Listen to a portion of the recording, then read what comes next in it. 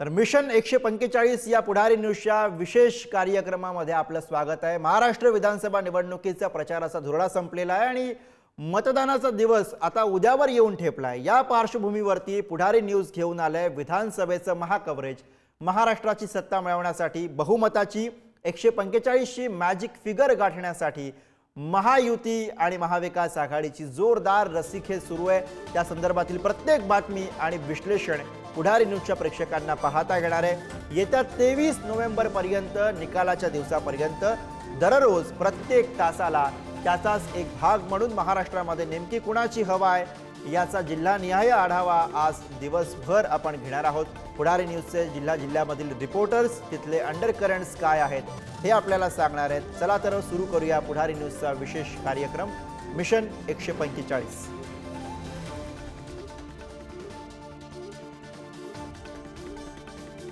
आणि याच विषयी अधिक बोलण्यासाठी ठाण्यावरून आपले प्रतिनिधी निकेश शार्दूल हे सध्या आपल्या सोबत आहेत। निकेश, एकूणच ठाणे जिल्ह्याचा आपण विचार केला तर या वेळेची ठाण्यासाठी की निवडणूक ही विशेष होती, कारण अर्थातच महाराष्ट्राचे विद्यमान मुख्यमंत्री हे ठाण्यातून येतात आणि त्यामुळे त्यांचा एकूण जो दबदबा आहे, त्यांची जी प्रतिष्ठा आहे ती ठाण्यामध्ये पणाला लागलेली आहे आणि त्यांच्यासाठीचा जो संघर्ष आहे तो अर्थातच दुसऱ्या शिवसेनेला करावा लागलेला आहे, ठाकरेंच्या शिवसेनेला करावा लागलेला आहे। त्यासोबतच दोन राष्ट्रवादींची लढत ठाण्यामध्ये बघायला मिळालेली आहे। भाजप ला अर्थातच ठाण्यामध्ये कसं बळ मिळालं या सगळ्याचं आपल्याला या निवडणुकीच्या निकालानंतर कळणार आहे। मात्र ठाण्यामधल्या निवडणुकीतल्या प्रचाराचे प्रमुख मुद्दे जर का बघायचे झाले तर ते काय होते, कोणत्या अशा लढती आहेत ठाण्यामधल्या ज्याकडे विशेषत्वानं महाराष्ट्राचं आणि ठाणेकरांचं प्रामुख्याने लक्ष? निकेश, नक्कीच गुरु, काल जर पाहिलं तर प्रचाराची रणधुमाळी जी आहे ती संपलेली आहे आणि संपूर्ण राज्याचं लक्ष लागलेलं आहे ते मुख्यमंत्र्यांच्या ठाण्याकडे। कारण मुख्यमंत्र्यांचा हा बालेकिल्ला आहे, शिवसेनेचा गड मानला जातो ठाणे म्हणजे। आणि त्यातल्या ज्या 4 महत्त्वाच्या विधानसभा आहेत त्यातली महत्त्वाची विधानसभा क्षेत्र म्हणजे कोपरी पाचपकाडी हा मतदारसंघ आहे, ज्या मतदारसंघातनं मुख्यमंत्री स्वतः उमेदवार म्हणून उभे आहेत। 4 वेळा उमेदवार म्हणून मुख्यमंत्री एकनाथ शिंदे हे या मतदारसंघामधनं निवडून आलेले आहेत। मात्र यंदाची निवडणूक ही विशेष आहे कारण मुख्यमंत्र्यांच्या समोर ठाकरेंच्या शिवसेनेकडनं आनंद दिघे यांचे जे पुतणे आहेत केदार दिघे हे उमेदवार म्हणून उमेदवारीच्या रिंगणात आहेत, तर काँग्रेसमधनं बंडखोरी करून अपक्ष निवडणुकीच्या रिंगणात असलेले मनोज शिंदे आहेत। मात्र खरी लढत जी पाहिली तर मुख्यमंत्री एकनाथ शिंदे आणि केदार दिघे या दोघांमध्ये खरं तर आपल्याला पाहायला मिळते। हा मतदारसंघ जो आहे तो मुख्यमंत्र्यांचा गड मानला जातो, बाले किल्ला मानला जातो, म्हणून त्यामुळे संपूर्ण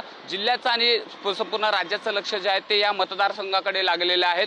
तर दुसरे विधानसभा क्षेत्र म्हणजे ठाणे शहर विधानसभा क्षेत्र आहे, ज्यामधनं महायुतीकडनं भाजपचे विद्यमान आमदार संजय केळकर हे उमेदवार म्हणून रिंगणात आहेत, तर ठाकरेंच्या शिवसेनेकडनं माजी खासदार राजन विचारे हे त्यांच्या समोर विरुद्ध म्हणून उभे आहेत, तर मनसेकडनं मनसेचे नेते अविनाश जाधव हे निवडणुकीच्या रिंगणात आहेत। त्यामुळे एक तिहेरी रंगत जी आहेत ती या ठाणे शहर विधानसभा क्षेत्रामधनं आपल्याला पाहायला मिळते। खरं तर आपण लोकसभा निवडणुकीमध्ये जर पाहिलं तर राजन विचारे यांना पराभव स्वीकारावा लागला होता, त्यामुळे पुन्हा ठाकरेंच्या शिवसेनेकडनं राजन विचारे यांना पुन्हा एकदा संधी जी आहे ती देण्यात आलेली आहे। गेल्या वेळेला जर अविनाश जाधव यांचं जर आपण मताधिक्य पाहिलं तर 70,000हून अधिक मतं जी आहेत ते अविनाश जाधव यांना मिळालेली होती, त्यामुळे पुन्हा एकदा मनसेकडनं अविनाश जाधव यांना ठाणे शहरातनं संधी दिली। त्यामुळे ह्या मतदारसंघातनं पाहिलं तर तिन्ही दिग्गज नेते जे आहेत ते ठाणे शहर विधानसभा क्षेत्रातनं निवडणुकीला उभे आहेत, त्यामुळे आता कौल कोणाकडनं लागतो ते महत्त्वाचं असणार आहे। तर तिसरी विधानसभा क्षेत्र जर आपण पाहिलं तर